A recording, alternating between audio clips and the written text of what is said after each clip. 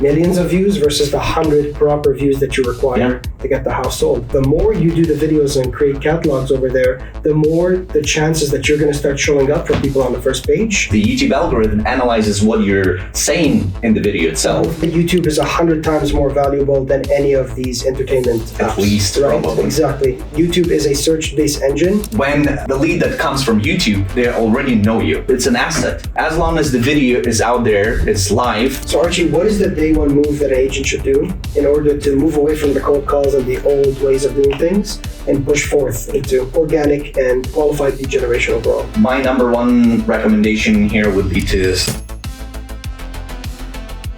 Most realtors are chasing 100,000 views on YouTube while struggling to pay their mortgage. We've generated 1,000 organic leads for agents who only get 100 views per video. I'm Archie. I handle the growth strategy that turns invisible agents into local authorities. And I'm Joe. I handle the search strategy that puts you in front of the right 100 people, and we're Brick by Brick. Today, we are open sourcing the high intent funnel that turns views into 7-figure businesses. So Archie, can you tell us why are views the biggest lie in real estate marketing right now? Good question, Joe. The thing is, views are a vanity metric, how we like to call them, right?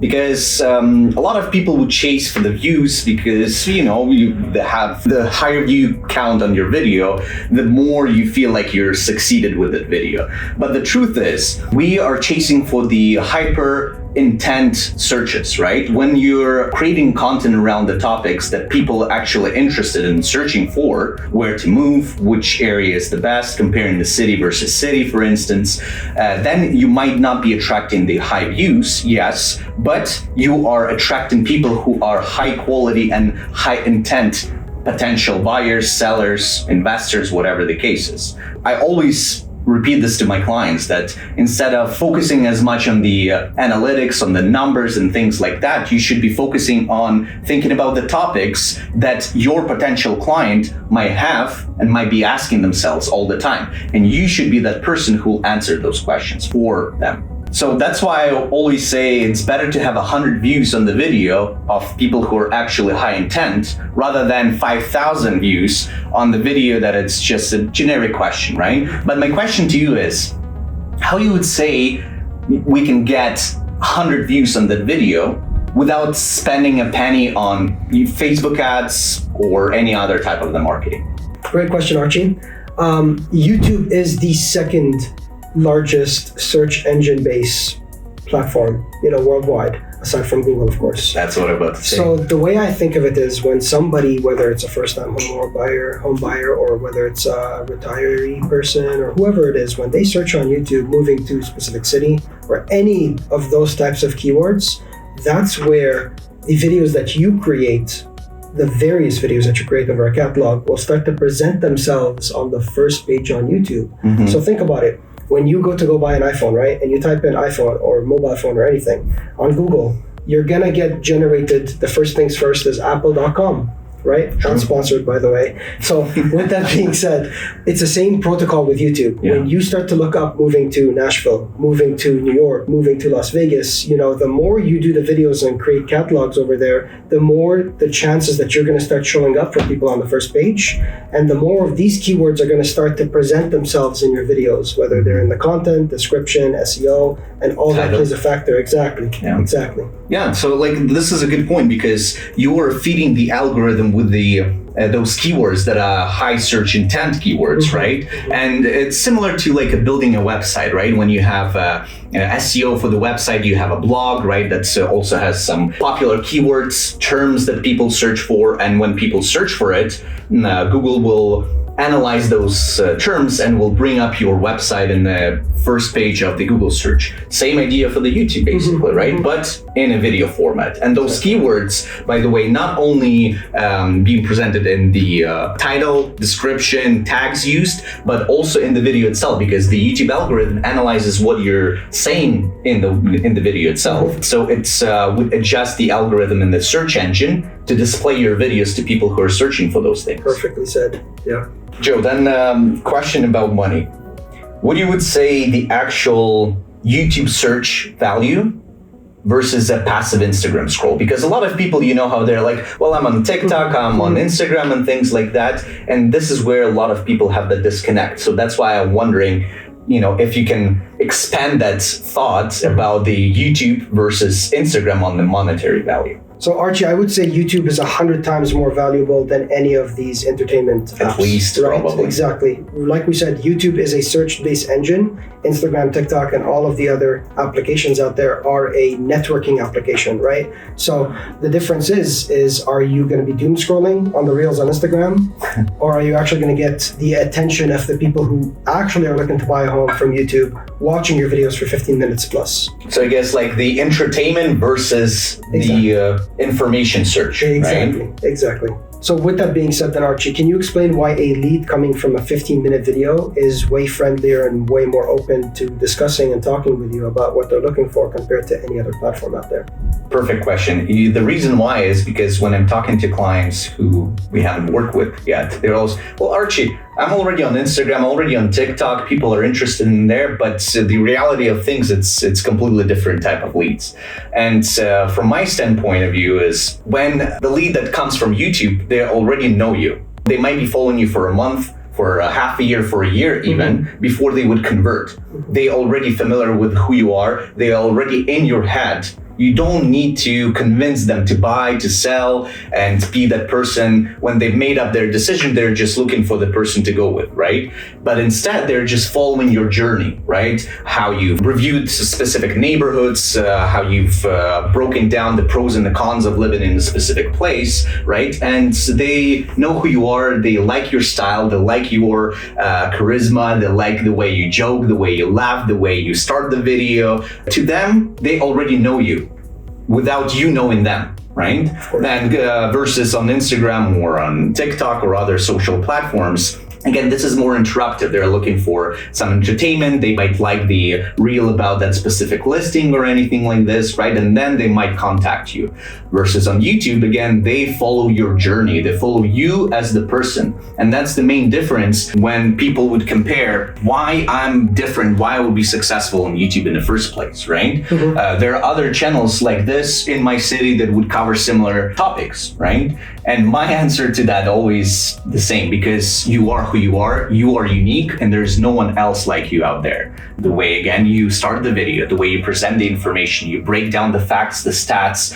Some people are more serious and straight to the point. Some people are more entertaining and laid back, right? And with YouTube, the best part of it, people who are not interested in your content will just click away. But people who like you as a personality, the information that you provide, they would stay in, generate watch time for you, get some useful information for them, that's some questions that they have, and you would be the person who will answer those questions. And over time, when they would be ready to make some kind of a decision or move when it comes to real estate, they already know who to call. Because, I remember that's Joe, actually, I've been watching on YouTube for the past half a year. He would be the best person to reach out to and help me with my home search process, right? Yeah, I couldn't agree more. The algorithm is completely different compared to the other social media platforms out there. With YouTube, they specifically direct the right audience over time when you consistently post those videos. But with Instagram, posting on your FYP is just going to show up to millions others on their FYP, and it's not going to result in, like we said, millions of views versus the 100 proper views that you require to get the house sold, right? I'm not even, don't even get me started on the point that the Instagram Reels, the TikTok videos, the lifespan is about 48 to 72 hours in terms of the algorithm actually pushing those videos to the audience, right? Based on, again, the tags and titles and things like that. Versus YouTube, it's an asset. As long as the video is out there, it's live, and people will be searching for it, and that comes to the topic, right? Evergreen topics. If the topic itself is evergreen, right? So the pros and cons of living in downtown Toronto. People will be searching for that today, in a month, in a year, and that asset in the form of the video on your channel will be bringing clients, generating views, answering those questions people will have, which will make them get in touch with you. Exactly. So with that being said then, if someone is getting lots of views, right, but the phone isn't ringing, what's some advice you can present that they can do better or improve on as feedback? I would say, Joe, the main reason from my experience is the lack of a call to action, or how we call it, CTA. Because people have to be reminded what they need to do, right? And for example, you can give away a really good and useful information about a specific area, about the reasons, what's happening in the market, whatever the case is. But some people might forget about that call to action. And by call to action for realtors, what I mean is to make sure to get in touch with them, right? So as an example would be, all my contact information is in the description below. Feel free to give me a call, shoot me a text, or schedule a Zoom call with me using my calendar link in the description below. So this way you're giving them, the viewer, a direction, what they have to do, right? If they're interested in some kind of a further action. So having said that, I would take the opportunity to make sure, if you guys like the video so far, make sure to hit the like button, because it helps a lot with the algorithm. And if you're guys interested, again, our contact information is below, and feel free to book our free strategy call if you're wanted to learn more about getting started on YouTube. But other than the CTA, the other main thing that I can think of that would bridge the gap between the number of views and actual calls is being relatable, right? Mm-hmm. So the evergreen content is, of course, is good, but you have to be that educational master that will cover the questions people might have. So again, the pros and the cons of living in a specific city, it's a good idea, but you have to be on top of things that are happening in real estate, in your state, in your city, some new developments, some new rules, regulations, laws, interest rates changes, right? You would be the first one to answer. Because if something is happening big on the market, people will start searching for it, right? So again, Google, YouTube search, right? And if you would be on top of those trends, so to speak, but trends not in terms of dancing, but in terms of real estate related questions. Yeah. If you would be covering them, your video, again, will show up at the top as the, trending, so to speak. And if you'll have that call to action included in your video, you would not only answer the hot topic, but also will follow up with clear call to action to get in touch with you, give you a call, shoot you a text message, send you an email, schedule a consultation with you to convert that view into a high quality lead, appointment, and ideally, in the long run, a closed deal. Yeah, no, I couldn't agree more, honestly. Like, just to give you a bit of a backstory, I moved to Toronto, I want to say about 6 months ago, and actually I ended up finding my condo from YouTube. Oh, really? Exactly. From the real estate agent that uploaded it on YouTube. Exactly. Okay. So initially I went with a different real estate agent and we were looking at different areas, Mississauga, the GTA and all that. But the problem is the realtor was not presenting proper knowledge required for us to understand where should we move. Do we want to move to a specific area that has more malls or a specific area that has more downtown vibes? Is it walkable? All that. None of that was presented to me. Let me guess. It probably was just the listing presentation and like a walkthrough, right? Exactly. Zillow, any of those apps, right? And it was very frustrating for my partner and I to actually move because one, images suck. You can't, excuse my language, but you can't tell if the image is actually authentic or has anything changed over time.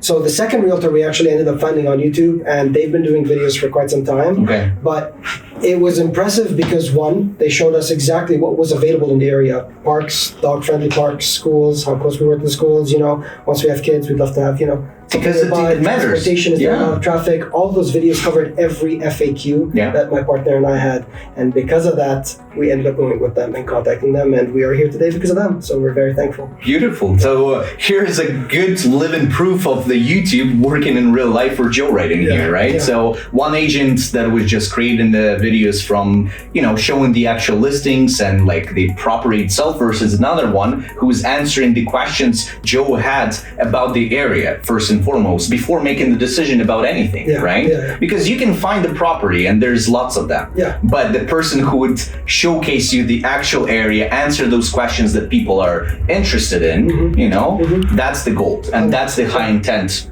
content that I was talking about earlier. Exactly. Good point. Yeah. So Archie, what is the day one move that an agent should do in order to move away from the cold calls and the old ways of doing things and push forth into organic and qualified lead generation overall? I would say my number one recommendation here would be to stop being a content creator and start being the expert. You would provide the expertise, we would provide the engine. to the whole flow, right? The priority for the agent, in my opinion, is to do two things if you want to do YouTube. Number one is record content. Number two, sign contracts. That's it. We'll take care of the rest, right? Because your most valuable asset, in my opinion, is time, right? Even if you're not agent, just in general. But in your case, you should focus on, again, showing homes, signing contracts, and closing deals instead of taking care of the search engine optimization, figuring out which titles, descriptions, tags you should use, what kind of a topic I should be covering, how should I set up my camera so it will look in the best way. And for that reason, at Brick by Brick, our services present themselves somewhat including content creation, types of content to put out, and helping you in terms of setting up your camera, and all that. With that being said, if you did like this video, please like, subscribe, and tap the notification bell so you can cover all of our future podcasts. Thank you so much, guys. We'll see you in the next one. Have a good one.